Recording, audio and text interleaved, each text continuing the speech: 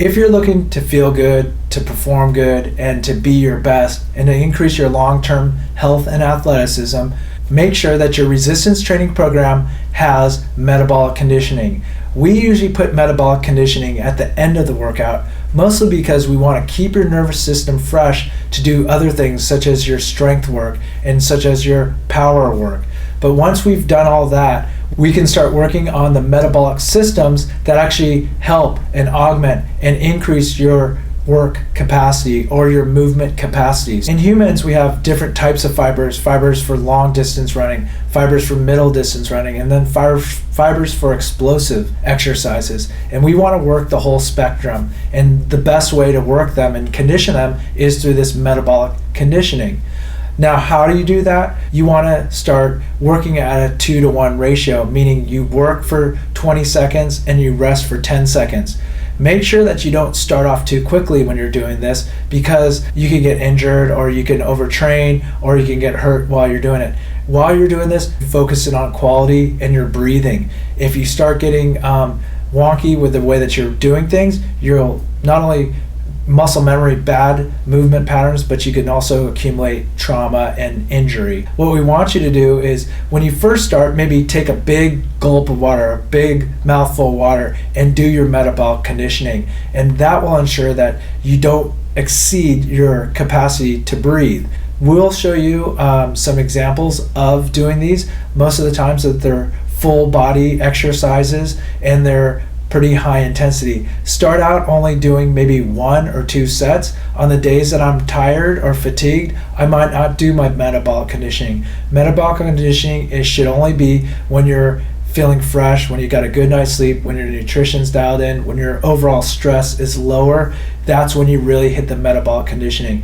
Another reason why we do the metabolic conditioning is because it will help just create this metabolic disturbance in your body, and when you do that, your body will be put under a little bit more stress, which is a good thing. But too much stress, you end up injured, or you end up getting hurt, or you end up getting sick. And that's not what we want. We want to focus in on the long-term health and athleticism. Go ahead and we'll show you how to do some of these things. We'll give you a couple examples, but quality first, and then be smart about this. This isn't about leaving it all here in the gym. We want to have some left in the tank so that we can invest in the people that we love and the things that we enjoy doing and really impact the world around us. Use your grit and have fun. Thanks. The first metabolic conditioning exercise that we want to teach you is running in place. Maintain proper alignment while doing this exercise. Have your feet have a mid-foot strike, so don't land on the tippy toes or on the heels.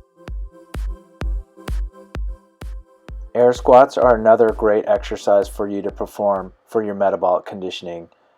Use the same technique as you do for any of the other squats. Dumbbell matrix is a Gary Gray exercise where you move the dumbbells in 3 planes of motion. You first have the sagittal plane, then the frontal plane, then the transverse plane. When you're doing the transverse plane movement, release the feet and move from the hips, and your hips and your shoulders are moving together.